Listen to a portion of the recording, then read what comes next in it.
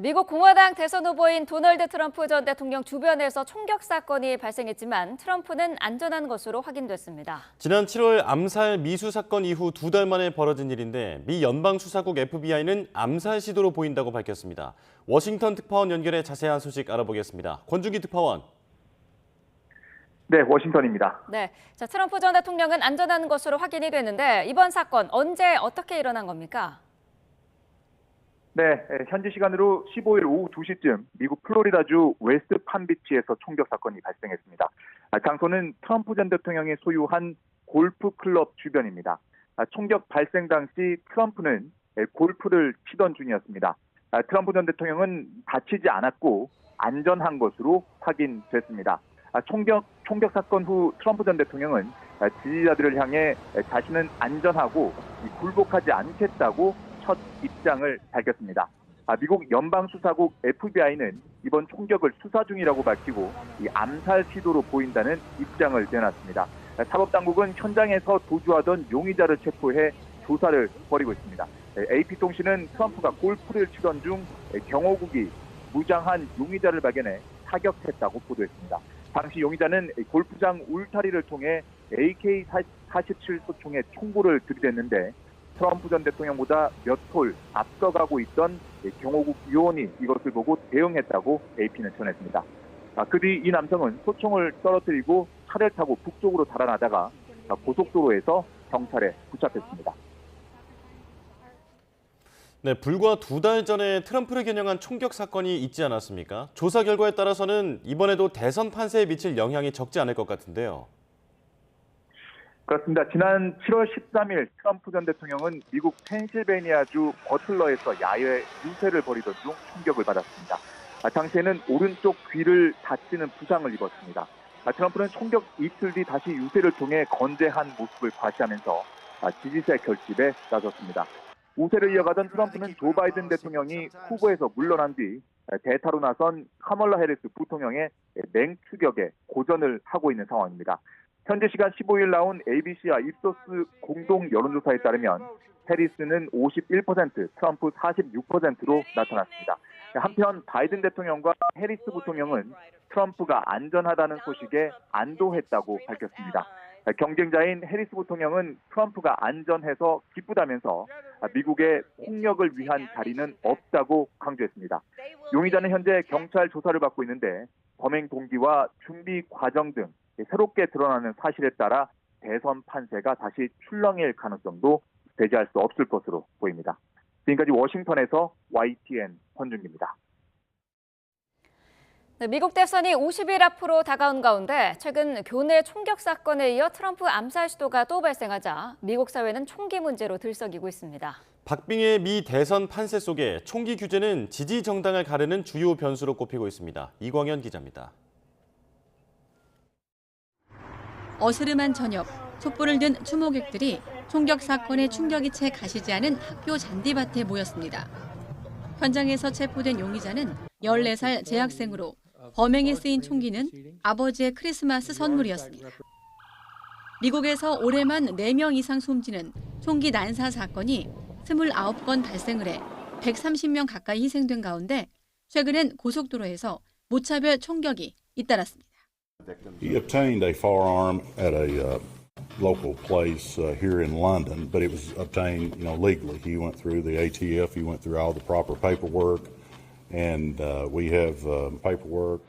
총기 규제 논쟁은 선거 때마다 찬반이 뜨거웠지만 이번 대선에선 낙태권과 국경 문제에 상대적으로 밀려 있었습니다. 하지만 유세 중이던 대선 후보가 미국 내 2천만 정이나 유통된 소총에 맞고 총기 공포가 학교를 덮치자 핵심 쟁점으로 급부상했습니다. 양당의 정책 노선은 확연하게 다릅니다.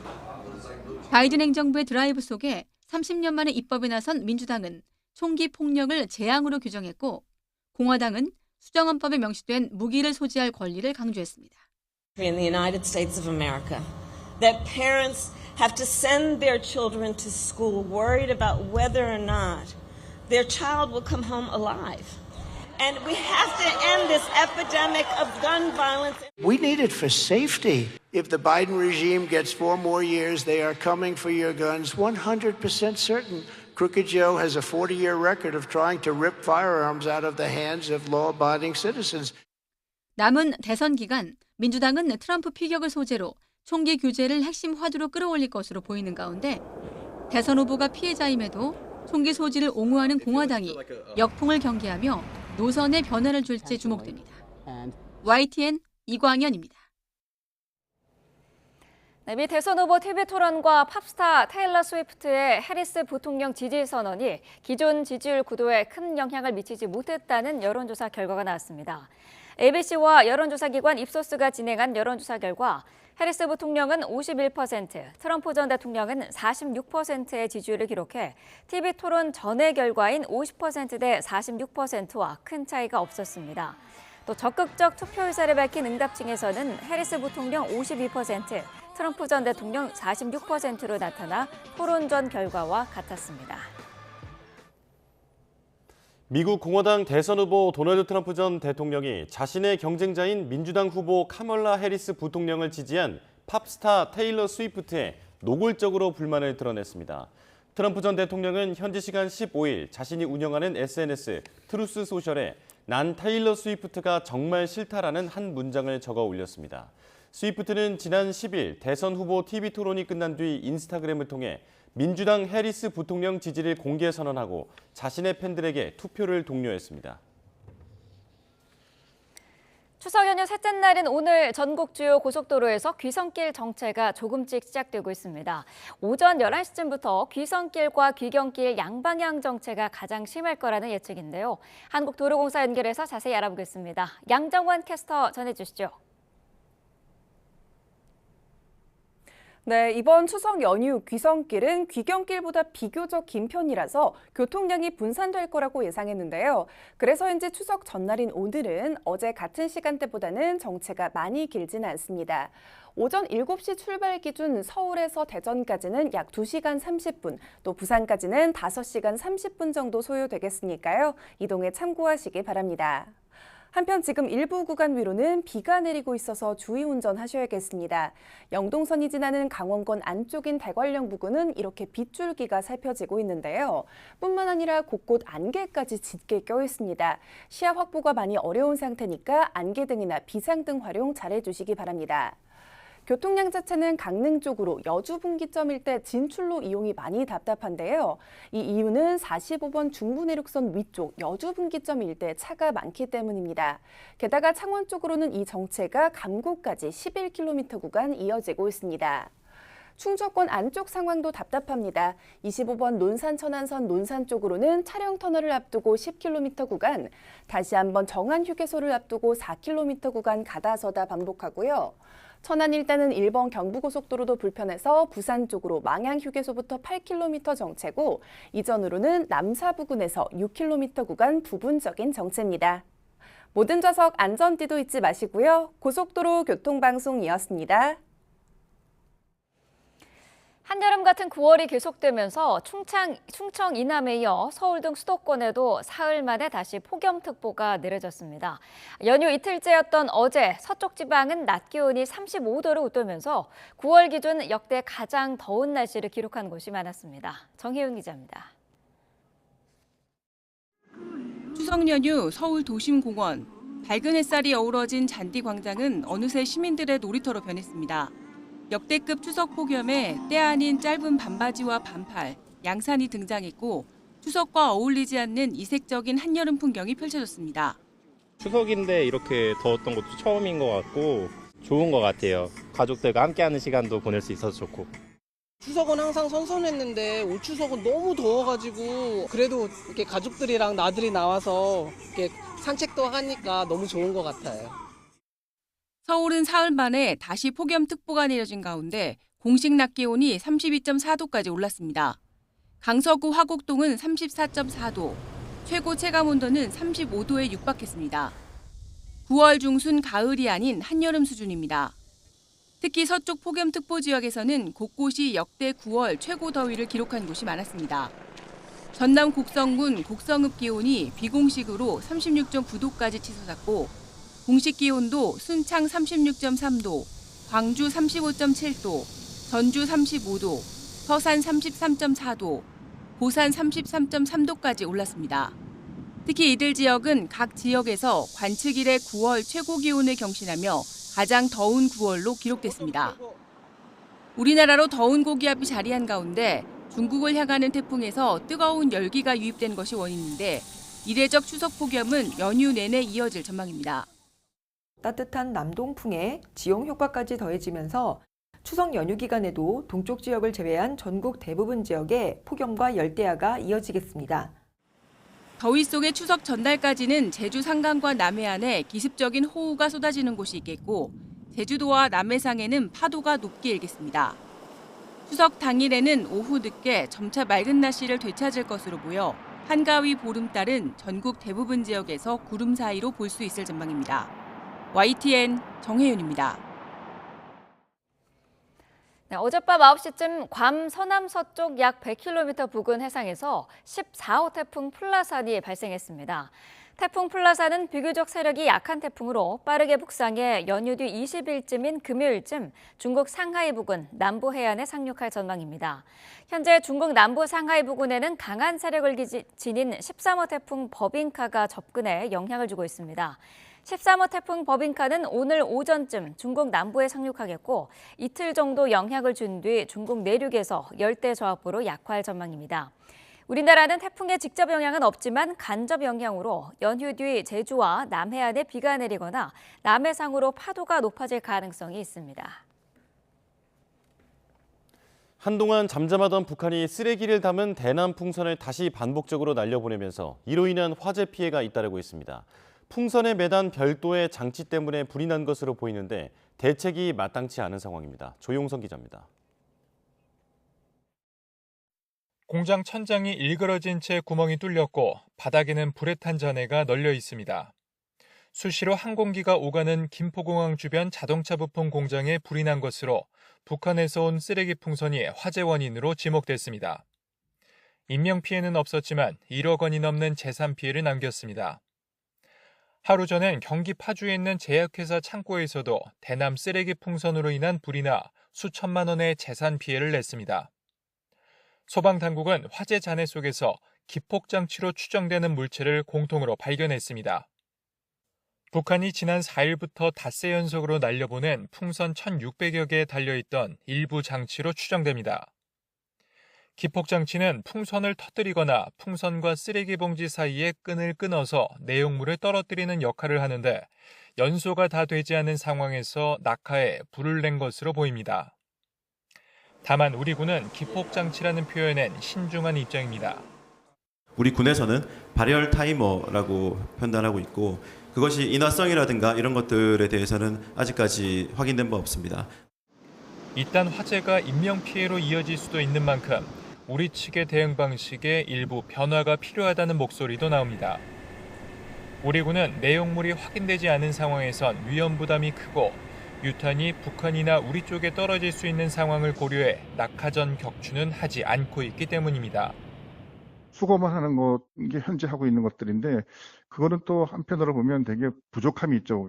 아직까지 현실적으로 풍선 넘어오는 것을 아주 클리어하게 할 수 있는 그런 방안은 현재까지는 없기 때문에 일단 군은 앞으로도 피해를 최소화하기 위해 대남 풍선 부양을 문자로 공지하고 오염돼 있다는 전제하에 낙하물을 대책반이 수거한다는 입장입니다. YTN 조용성입니다. 어젯밤 9시쯤 북한이 날려보낸 쓰레기 풍선이 서울 강서구 내발산동의 4층짜리 건물 옥상에 떨어져 불이 났습니다. 불은 10여 분 만에 꺼졌는데 옥상 일부가 그을렸고 인명피해는 없었습니다. 군 당국은 풍선을 수거해 정확한 화재 원인을 조사하고 있습니다. 어젯밤 9시 45분쯤 광주 남구에 있는 아파트 4층에서 불이 났습니다. 다친 사람은 없었고 불이 난 아파트 동의 주민들이 긴급히 밖으로 대피했습니다. 15분 만에 불을 끈 소방은 주방 가전제품에서 불이 시작된 것으로 보고 정확한 화재 원인을 조사 중입니다. 어젯밤 11시쯤 대전 유성구 호남고속도로에서 대전 방향 유성 나들목 부근을 달리던 승용차에 불이 났습니다. 운전자는 차를 세우고 대피해 다친 사람은 없었습니다. 신고를 받고 출동한 소방은 20분 만에 불을 완전히 껐는데 냉각수 부족으로 불이 난 것으로 보고 정확한 화재 원인을 조사 중입니다. 어젯밤 10시 10분쯤 인천시 중구 차이나타운에서 주차돼 있던 차량에 불이 났습니다. 차에 타고 있던 사람은 없어 인명피해는 발생하지 않았습니다. 소방은 15분 만에 불을 끈 뒤 자세한 화재 원인을 조사하고 있습니다. 따뜻해야 할 명절이지만 해마다 가족을 살해하는 비극적인 사건도 반복되고 있습니다. 가족 간 갈등이 누적된 상태에서 물리적인 거리가 가까워지면 범죄가 발생하기 쉽다는 분석인데 가까운 사이일수록 서로를 이해하고 소통하는 것이 중요합니다. 김다현 기자입니다. 30대 A씨는 지난 설 연휴 편의점에서 술을 사 집에서 마신 뒤 어머니를 흉기로 살해했습니다. A씨는 지인으로부터 베트남에 가자는 제안을 받았는데 어머니를 살해하면 홀가분한 마음으로 갈 수 있다는 생각에 범행한 것으로 드러났습니다. 1심은 부모를 살해한 행위는 반인륜, 반사회적 범죄라며 징역 20년을 선고했습니다. 지난해 추석에는 충북 청주에서 10대 B군이 어머니를 살해하는 일도 있었습니다. B군은 놀이터에서 아이들 노는 소리가 들리지 않게 해달라고 어머니에게 요구했다가 명절이라 시끄러운 게 당연하다며 야단을 맞자 격분의 범행을 저질렀습니다. 국민참여재판 끝에 1심은 B군에게 마찬가지로 징역 20년을 선고했고 최근 항소심도 같은 판결을 내렸습니다. 재판부는 어머니가 숨지기 전까지 겪었을 절망과 고통은 감히 헤아릴 수 없고 가족들은 평생 치유할 수 없는 상처를 안고 가야 한다고 질타했습니다. 지난 설 연휴 부산에서 명절 인사를 핑계로 친할머니를 찾아가 계획적으로 살해한 20대 남매는 1심에서 각각 징역 15년을 선고받았습니다.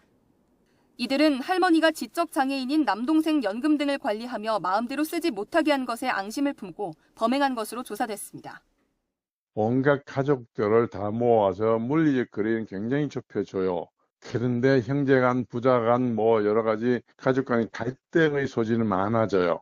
그런 경우에 이제 많이 발생하는 것이 대인 범죄인데 화목해야 할 명절 풍경의 한편에선 비극적인 존속 사례가 반복되는 것이 현실인데 전문가들은 명절이 자칫 위험한 시간이 되지 않도록 가족 간 이해와 소통처럼 기본적인 덕목이 지켜져야 한다고 강조합니다.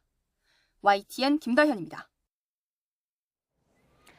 병원 복귀 의사 블랙리스트를 온라인에 올린 의사의 구속영장이 청구된 가운데 해당 사이트에 새로운 내용이 또 업데이트됐습니다.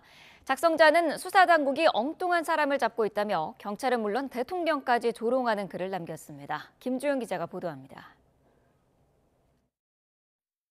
감사한 의사 명단이라며 의사 블랙리스트를 올렸던 사이트에 새로운 업데이트 글이 올라왔습니다. 검찰이 의사 블랙리스트 작성과 유포 혐의로 의사 정모 씨에 대해 구속영장을 청구한 지 하루 만입니다. 게시자는 정 씨가 명단 작성과 아무 상관없는 사람이라며 무리한 수사를 중단하라고 주장했습니다. 자신은 의사도 의대생도 아니며 의사에게 감사한 마음이 있는 사람일 뿐이라고 덧붙였습니다. 응급실 근무자 명단 등은 내리겠다면서도 다른 근무 전공이 관련 내용은 그대로 유지했습니다. 또 정 씨에 대해 구속수사를 하려는 수사당국을 비꼬고 자신의 신원 정보를 담은 암호문이라며 윤석열 대통령을 조롱하는 내용을 넣어놓기도 했습니다. 앞서 정부는 의사 블랙리스트를 두고 명백한 범죄 행위라며 엄단하겠다는 의지를 거듭 강조해왔습니다. 정부는 블랙리스트 작성자와 유포자를 끝까지 추적해 처벌하겠습니다. 수사를 담당하는 서울경찰청 관계자는 정 씨 사건과 이번 건은 다른 사안이라며 이번 건도 추적을 진행하고 있다고 설명했습니다. 이런 가운데 게시자는 자신에게 복귀 의사에 대한 제보가 이어지고 있다면서 계속 글을 업데이트하겠다는 뜻을 밝혔습니다. YTN 김주영입니다. 25주차 임신부가 양수가 터지고 하혈하는 등 위급한 상황을 맞닥뜨렸지만 병원 75곳에서 이송 요청을 거부당한 사실이 알려졌습니다. 그제 오전 충청북도 청주에서 25주 된 임신부가 양수가 터졌다는 119 신고가 접수됐습니다. 소방당국은 충북에 있는 병원뿐만 아니라 서울과 경기도 등 병원 75곳에 이송을 요청했는데 담당 의사가 없다는 등의 이유로 거부당했습니다. 이로 인해 임신부는 응급실에 가지 못하고 구급차에서 대기하다가 하혈한 것으로 확인됐습니다. 결국 임신부는 6시간이 지나서야 청주에 있는 산부인과로 옮겨져 치료를 받았는데 이 과정에서 충북도청이 병원에 긴급 협조 요청을 한 것으로 파악됐습니다. 다행히 치료받은 임신부는 안정을 되찾았고 태아는 무사한 것으로 전해졌습니다. 네, 윤석열 대통령은 추석 연휴를 맞아 경찰서와 소방서를 방문해 제복 근무자들에게 정당한 보상이 이루어지도록 하겠다고 약속했습니다. 김건희 여사는 장애 어린이 시설을 따로 찾아 봉사에 나서는 등 활발한 공개 행보를 이어갔습니다. 신윤정 기자입니다. 추석 연휴 이틀째 윤석열 대통령이 서울 관악경찰서와 강서소방서를 잇따라 찾았습니다. 먼저 관악경찰서에서 직원들과 간담회를 열고 현장을 지키는 근무자들에게 감사함을 표했습니다. 명절 연휴에도 쉬지 못하고 그야말로 국민을 위해서 국민 편안하게 그 명절 보내실 수 있게 이렇게 애써주셔서 정말 고마운 마음입니다. 윤 대통령은 취임 이후부터 군과 경찰, 소방관처럼 제복 입은 공직자들의 헌신을 강조해왔다며 무조건적인 충성만을 요구하는 게 아닌 정당한 보상을 통해 뒷바라지하겠다고 강조했습니다. 112 치안종합상황실에서는 경찰 무전망을 통해 관악경찰서 경찰관들에게 격려를 전했습니다. 자기 자리에서 묵묵히 소임을 다하는 여러분께 국민을 대표해서 감사드립니다. 윤 대통령은 이어 강서 소방서로 이동해 119 종합상황실에서 추석 연휴 화재와 구조, 구급 상황을 보고받았습니다. 특히 지난 6월 화재 진압 당시 다친 소방관에게 쾌유를 기원하고 진압 구조대원들의 안전에 각별히 신경 써달라고 당부했습니다. 여러분이 안전해야 국민들이 안전할 수 있습니다. 진압 구조대원들이 안전하게 업무 수행을 할 수 있도록 많이 신경 써주기 바라겠습니다. 윤 대통령은 소방서 1층의 전기차 화재 진압 장비를 살펴보며 최근 정부가 발표한 전기차 화재 안전관리 대책의 철저한 시행도 주문했습니다. 이런 가운데 윤 대통령의 부인 김건희 여사는 추석 연휴를 맞아 발달장애 어린이들이 생활하는 시설을 방문해 청소 등 봉사활동을 했습니다. 김 여사는 이번 방문을 통해 시설에 많은 봉사자들의 손길이 이어지는 계기가 됐으면 좋겠다 말했다고 대통령실 정혜전 대변인은 전했습니다. YTN 신윤정입니다. 김건희 여사에게 가방을 건넨 최재형 목사에 대한 검찰 수사심의위원회가 오는 24일에 열리는 가운데 심의 결과가 미칠 파장도 주목됩니다. 최 목사에 대한 혐의가 인정될 경우 검찰 고민이 깊어질 것으로 보입니다. 김태원 기자입니다. 오는 24일에 열리는 검찰 수사심의위원회에서는 명품 가방 공여자 최재형 목사의 4가지 혐의가 안건으로 오릅니다. 청탁금지법과 명예훼손, 주거침입과 위계 공무집행 방해 혐의와 관련해 최 목사를 더 수사해야 할지 재판에 넘길 필요가 있는지 등을 판단하는 겁니다. 최 목사는 처벌을 감수하겠다면서 자신의 청탁금지법 위반 혐의가 인정된다면 대통령 부부에 대한 수사와 기소에도 영향을 미칠 것이라고 주장하고 있습니다. 저의 혐의가 인정된다면 윤석열 대통령이 여기에 연루가 되는 구조로 법리적 싸움이 전개된다고. 하지만 법조계에서는 최 목사에 대한 수사심의위 결론이 김 여사에 대한 최종 처분에 미칠 영향이 크진 않을 거라는 시각이 우세합니다. 청탁금지법엔 금품을 받은 공직자 배우자를 처벌하는 조항이 없어서 최 목사에게 청탁금지법 위반 혐의가 인정되더라도 김 여사를 기소하기는 어렵기 때문입니다. 최 목사에 대해서도 김 여사 수심위와 결론이 완전히 동떨어지진 않을 거란 관측이 많지만 판단을 달리할 경우 검찰의 고민은 깊어질 전망입니다. 금품을 준 사람은 기소, 받은 사람은 불기소라는 수사 결과에 대해 국민 다수가 수긍할 설명을 내놔야 하기 때문입니다. 김 여사 수심위엔 참석하지 못했던 최 목사가 이번 수심위엔 직접 참석하는데 최 목사 진술이 변수로 작용할지 주목됩니다. YTN 김태원입니다. 네, 검찰이 전 사위 서모 씨 항공사 채용을 매개로 한 문재인 전 대통령의 뇌물수수 의혹 수사에 속도를 내고 있습니다. 추석 연휴 이후 딸 다혜 씨를 참고인 신분으로 소환할 전망인데 부녀 사이 또 타이 이스타젯과 서 씨 간의 오간 돈의 성격을 어떻게 규정하느냐에 따라 수사의 성패가 갈릴 전망입니다. 김민성 기자의 보도입니다. 검찰은 문재인 전 대통령 전 사위 서모 씨의 타이스타젯 채용과 이상직 전 의원의 중소벤처기업진흥공단 이사장 임명이 사실상 맞교환된 게 아닌지 의심합니다. 항공사 경험이 전혀 없는 이를 고위직으로 채용한 그 자체도 특혜란 건데 박석호 타이스타젯 대표 측은 과거 이런 해석을 반박한 적이 있습니다. 서 씨가 이스타항공과의 협조나 항공기 리스 업무를 하며 통상 범위의 처우를 받았다는 취지입니다. 일반적인 주재원들 기준으로 준 거니까요. 그걸 모르겠습니다. 그럼 뭐 특혜라고 보실 수도 있을 텐데 누군지 모르는 상황에서 일반적인 주재원 기준에 맞춰준 거라서 뭐 그걸 굳이 특혜라고 볼 수 있을지는 모르겠어요. 검찰은 그러나 박 씨 측의 이런 대외적인 주장과 실제 진술이 뉘앙스가 달랐다는 입장입니다. 또 관련자 진술과 확보한 증거를 토대로 서 씨의 업무 범위 등이 임원 지위에 어울리지 않았다고 판단했습니다. 서 씨가 항공사 전무이사로 영입된 2018년 7월부터 2020년 4월 사이에 받은 급여 800만 원과 이주비 350만 원, 합쳐서 2억 2천여만 원이 실제로 뇌물이었다고 보는 근거입니다. 이에 따라 서 씨와 다혜 씨 가족이 받은 돈을 문 전 대통령과 연결하기 위해 경제공동체 논리를 검토 중입니다. 경제공동체는 과거 국정농단 사건 수사 때 처음 등장해 이제는 제3자가 받은 돈을 직접 뇌물로 볼 때 공식처럼 활용되는 개념이 됐습니다. 박 대통령은 모든 공동체 힘을 밝히라고 자백을 강요하고 있어요. 정말 너무 억울해요. 우리 애들까지 다. 우리 분들까지 다. 일단 검찰은 지난달 다혜 씨 자택에서 확보한 압수물 선별을 마치는 대로 광주 고검이나 대검에 보내 복원과 분석을 할 방침입니다. 이후 다혜 씨를 참고인 신분으로 불러 문 전 대통령 부부로부터 생활비를 지원받을 배경을 집중 추궁할 거로 보입니다. 다만 다혜 씨가 증언을 거부하거나 독립생계를 유지해 경제공동체가 아니었다고 논박할 경우 보강수사로 사건 마무리 시점이 더 지연될 거라는 관측도 나옵니다. YTN 김민성입니다. 서울 아파트값이 25주 연속으로 상승세를 이어가고 있습니다. 전주에 비해 상승폭도 다시 커졌는데요. 전문가들은 서울 집값 진정세 여부는 추석 연휴 이후에 집값 흐름에 달려있다고 지적합니다. 최두희 기자입니다.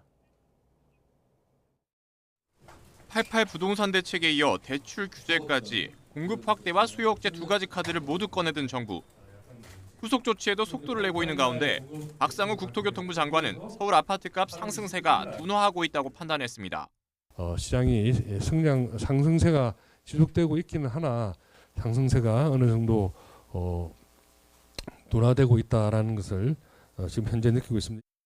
전문가들은 거래량과 가격 움직임은 일단 소강 상태를 보이는 것으로 판단하고 있습니다. 이런 가운데 서울 아파트값은 25주 연속 상승세를 이어가고 있고 3주째 줄었던 상승폭도 다시 커진 상황. 무엇보다 본격적 가을 이사철에 해당하는 추석 연휴 이후 집값 흐름이 어떻게 될지가 관건입니다. 연휴 이후에도 집값 상승세가 계속 이어진다면 정부가 규제지역 지정과 같은 추가 규제 카드를 꺼내들 가능성이 있습니다.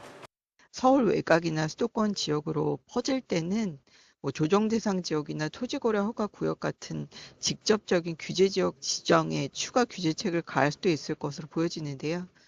다만 상승세가 이어지더라도 정부가 섣불리 시장에 개입해서는 안 된다는 반론도 만만치 않습니다. 지난 2년간 위축되었던 시장 거래가 어느 정도 회복되는 것으로 봐야 되기 때문에 굳이 정부가 어떤 특단의 대책을 강구하기보다는 자연스러운 시장 회복의 과정으로 받아들이는 것이 적절합니다.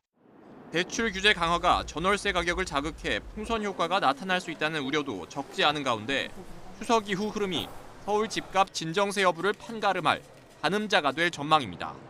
YTN 최두입니다. 실업급여는 비자발적으로 일자리를 잃게 된 경우 재취업을 독려하기 위해 국가에서 주는 돈입니다. 그런데 별다른 구직 노력 없이 20년 넘게 실업급여를 1억 원 가까이 받는 등 꼼수 수령 사례가 끊이지 않고 있는데요. 어떻게 가능한 일인지 김다영 기자가 보도합니다. 어업에 종사하는 A씨는 지난 2000년부터 23년 동안 실업급여를 1억 원 가까이 타갔습니다. 매년 취업과 실업을 반복하며 24차례 타갔는데 모두 한 회사를 다니는 동안 일어난 일입니다. 배를 타지 않는 시기엔 사업주와 근로자가 짜고 실업 상태로 꾸며 급여를 받는 시기였던 겁니다. 비자발적으로 일자리를 잃게 된 경우 재취업을 독려하기 위해 만들어진 실업급여는 최대 9달까지 받을 수 있습니다.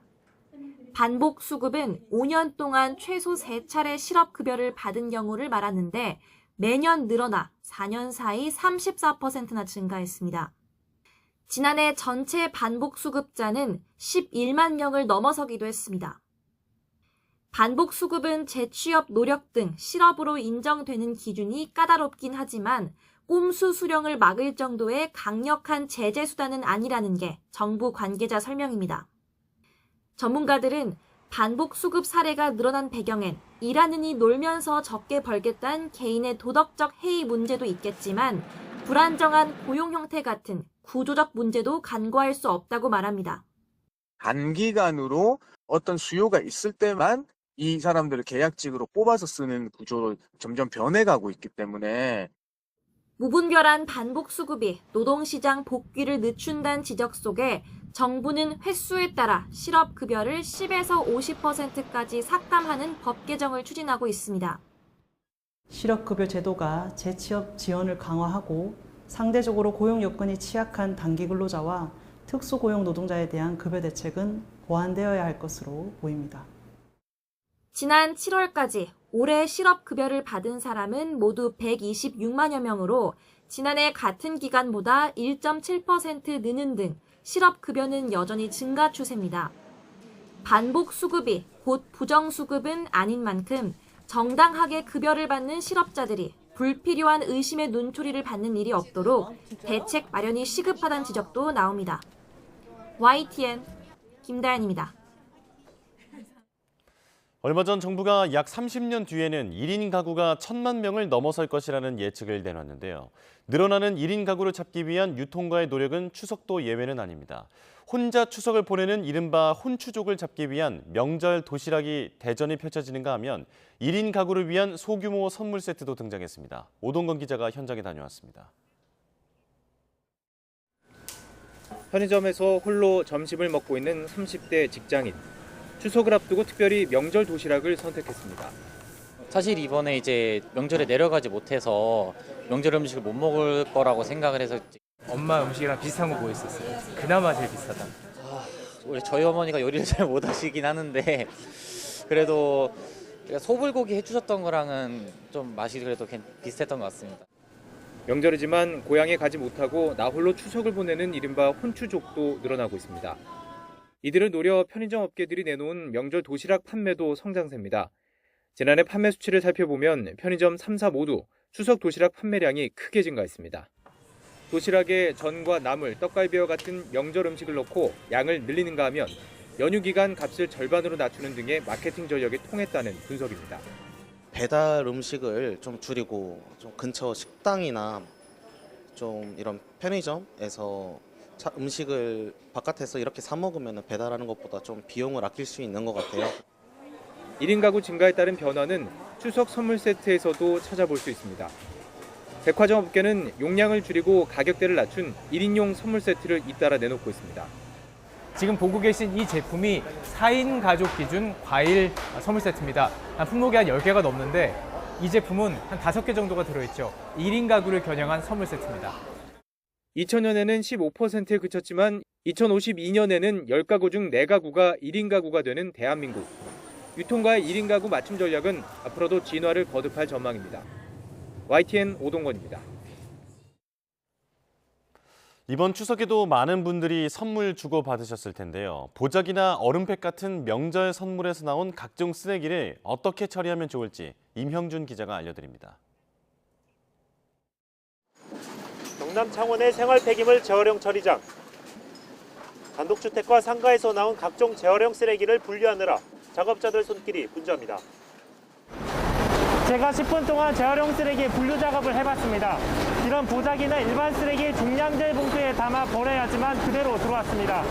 또 스티로폼에 붙은 테이프 역시 직접 떼서 일반 쓰레기로 처리해야지만 보시는 것처럼 그대로 붙어 있습니다. 추석 연휴가 끝나면 작업자들은 더욱 바빠집니다. 명절 쓰레기 때문입니다. 추석 설 연휴 때는 평소보다 반입량이 상당히 상향되고 있습니다. 그래서 저희들 직원들이 상당히 애로사항 힘들어하고 있고 특히나 분리 배출이 잘 되지 않았거나 이물질이 많이 들어오게 되면 부직포 가방은 가방으로 쓰거나 종량제 봉투에 버려야 합니다. 젤이 담긴 얼음팩은 일반 쓰레기로 버립니다. 어떻게 처리할지 헷갈리면 스마트폰 앱 내 손 안에 분리배출해서 확인하면 됩니다. 무엇보다 처음부터 쓰레기가 많이 나오지 않게 이른바 저탄소 선물 포장의 노력이 필요합니다. 과도한 포장을 줄이고 재활용이 잘 되는 친환경 재질로 만들어진 그런 선물 포장들을 좀 개발해서 소비자들에게 보여줄 필요가 있을 것 같고요. 명절마다 넘쳐나는 포장 쓰레기, 처음부터 줄이고 또 적절하게 버리는 관심이 필요한 때입니다. YTN 유명준입니다. 최근 전기차 화재로 피해가 잇따르면서 시민들의 불안감이 커지고 있습니다. 그런데 차량을 실어나르는 선박 가운데 전기차 화재 진압 전용 장비를 보유한 배는 한 척도 없는 것으로 나타났습니다. 항만도 사실상 무방비 상태라는데 손효정 기자가 취재했습니다. 20여 명이 다치고 차량 80여 대가 불에 탄 인천 청라 아파트 지하 주차장 전기차 화재. 밀폐된 지하 공간에서 시작된 불이 순식간에 다른 차량으로 옮겨 붙으면서 피해가 커졌습니다. 그렇다면 좁은 공간에 차량 최대 수백 대를 싣고 바다를 건너는 선박은 어떨까? 현재 적재된 전기차에서 불이 날 경우 배 위에서 이를 진화할 방법은 사실상 없는 것으로 나타났습니다. 해양수산부가 민주당 서삼석 의원실에 제출한 자료를 보면 차를 나르는 차도선과 여객선 150척 가운데 전기차 화재 전용 장비인 상향식 물분사 장치와 이동식 수조를 비치한 배는 단 한 척도 없었습니다. 내연기관 차량과 달리 전기차에서 난 불은 물 분사 장비로 배터리에 물을 강하게 쏘면서 튜브처럼 생긴 이동식 수조에 배터리를 담가야 진화됩니다. 선박 내부가 비좁아 현실적으로 전용 장비를 설치하긴 어렵다는 게 현장의 목소리인데 정부는 대신 산소를 차단하는 질식 소화 덮개를 보급하겠다는 방침이지만 이 덮개를 보유한 배는 27척, 18% 수준에 불과합니다. 이마저도 화재 초기 단계에서 시간을 버는 용도일 뿐인데다 사람이 직접 덮개를 차량에 씌워야 해 실효성이 떨어진다는 지적입니다. 산소를 차단을 해서 확산을 어느 정도 유지하는 기능이지 불을 끄는 기능은 아닙니다. 근데 어느 정도 붙은 상태에서는 지식 소화파 의미도 없고 덮을 수가 없어요. 사람이 접근을 못하니까. 항만도 전기차 화재의 사각지대로 드러났습니다. 국가관리항구 26곳 가운데 전기차용 소방장비를 보유한 곳은 5곳. 그마저도 물분사 장치나 이동식 수조가 아닌 리튬 배터리 전용 소화기와 이동식 분말 소화기 등이었습니다. 바다 위 전기차 화재에 뚜렷한 대책이 없는 셈인데 일각에선 여객터미널에 배터리 관리 시스템, BMS를 도입해 전기차 배터리 상태를 점검하는 방안이 대안으로 제시되고 있습니다. 모든 항만 및 여객선의 소방장비 보급을 비롯한 선적 전기차 배터리 안전 점검 시스템 도입 등의 행정적, 제도적 장치 마련에 적극 힘써야 합니다. 해양수산부는 전용 장비인 상향식 물분사 장치 보급을 내년까지 확대해 나가고 BMS 시스템 도입 여부도 검토한다는 방침입니다. YTN 손효정입니다. 네, 개막부터 무서운 흥행 열풍이 불었던 프로야구가 1000만 관중을 돌파했습니다. 아직 정규 시즌이 끝나지도 않았는데 1982년 프로야구 출범 이후 처음으로 대기록을 세웠습니다. 양시창 기자입니다. 프로야구 흥행 열기는 9월의 때늦은 무더위도 추석 연휴도 막지 못했습니다. 전날까지 994만 3천여 명으로 1000만 관중까지 5만 6천여 명을 남겨두고 있었는데 인천 문학과 부산 사직, 광주구장이 일찌감치 매진을 기록하면서 KBO 공식 집계가 완료되기 전에 누적 1000만 관중 돌파를 공식화했습니다. 올 시즌 671경기 달성한 대기록으로 경기당 평균 15,000명 가까운 관중이 야구장을 찾은 셈입니다. 연도별로 보면 현행 19단 체제가 가동된 2015년 처음 730만 명을 돌파했고 2016년부터 3시즌 동안 800만 관중 시대를 열었습니다. 코로나 여파로 2년 동안 발길이 뚝 끊겼지만 이후 관중이 가파르게 늘면서 다시 2년 만에 1000만 명을 돌파했습니다. 디펜딩 챔피언 LG가 가장 많은 관중을 동원했고 뒤이어 삼성과 두산, 기아, 롯데, SSG까지 100만 명 넘는 관중을 불러 모았습니다. 홈구장 좌석수가 2만 석이 채 안 되는 키움과 한화, KT, NC도 전례 없는 매진 사례를 기록하며 지난해 관중 수를 훌쩍 넘겼습니다. 올해 2024년 KBO 리그를 많이 방문해 주셔서 항상 감사드리고요. 팬분들 덕분에 더 힘내고 열심히 최선을 다해서 야구할 수 있는 것 같습니다. 저희 선수들은 팬 여러분들의 기대에 부응할 수 있도록 계속해서 노력하며 더 많은 행복과 감동을 그라운드에서 만들어 가겠습니다. 이번 시즌이 끝나려면 아직 49경기가 남았습니다. 이젠 1000만 관중을 넘어선 올 시즌 흥행 신기록이 어디까지 갈지도 관심입니다. YTN 양시창입니다. 복사 냉각은 에너지 사용 없이 표면 온도를 낮춰 친환경 기술로 주목받고 있습니다. 국내 연구진이 페인트, 섬유 등 다양한 소재에 복사 냉각 기술을 적용해 에너지 소모량을 크게 줄였습니다. 박나연 기자입니다. 똑같은 크기의 냉동 창고 두 동에 열화상 카메라를 비춰보니 표면 온도가 10도 이상 차이 납니다. 고려대학교 연구진이 만든 냉각 페인트를 이용해 표면 온도를 확 낮춘 겁니다. 이 냉각 페인트는 높은 태양광 반사율을 가져 1평방미터당 100W의 냉각이 가능합니다. 일반 페인트나 기존의 차열 페인트와 비교했을 때 냉각 페인트의 온도가 현저히 낮습니다.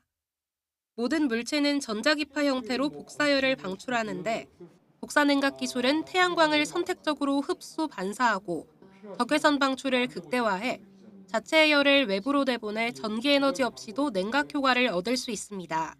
냉각 페인트를 칠했을 경우에는 표면 온도가 칠하지 않는 것보다 낮아지게 되니까 내 외부의 온도 차이가 작아지게 돼서 그만큼 열이 덜 들어오게 되고 이 같은 특성으로 복사냉각이 차세대 기술로 꼽히면서 연구진은 페인트를 넘어 옷감이나 헝겊 같은 형태로 연구 범위를 확장했습니다.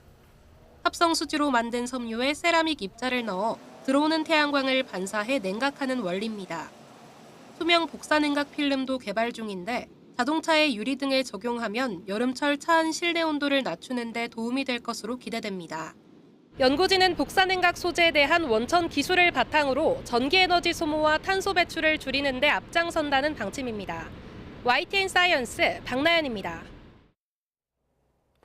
화석연료 보조금에 반대하는 네덜란드의 기후 활동가들이 고속도로를 막고 시위를 벌이다 경찰에 연행됐습니다. 국제환경단체 멸종저항에 소속된 활동가들은 헤이그 중심부로 이어지는 고속도로를 차단한 뒤 펜스에 몸을 묶고 시위를 벌였습니다. 시위대는 네덜란드 산업계가 세금 감면 등의 형태로 연간 432억 달러, 57조 원 이상의 화석연료 보조금을 받고 있다고 주장했습니다.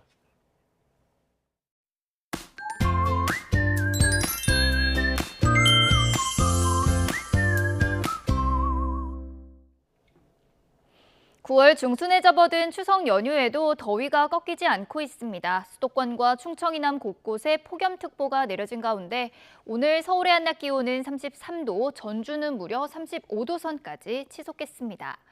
오늘 우산도 하나 챙기셔야겠습니다. 저녁까지 수도권과 남부를 중심으로 기습적인 소나기가 쏟아지겠고요. 영동과 영남 해안, 제주도에는 가끔씩 비도 내리겠습니다. 오늘도 하늘에는 구름만 가끔 지나겠고 제주도와 남해안, 동해안에는 너울성 파도가 높게 일겠습니다.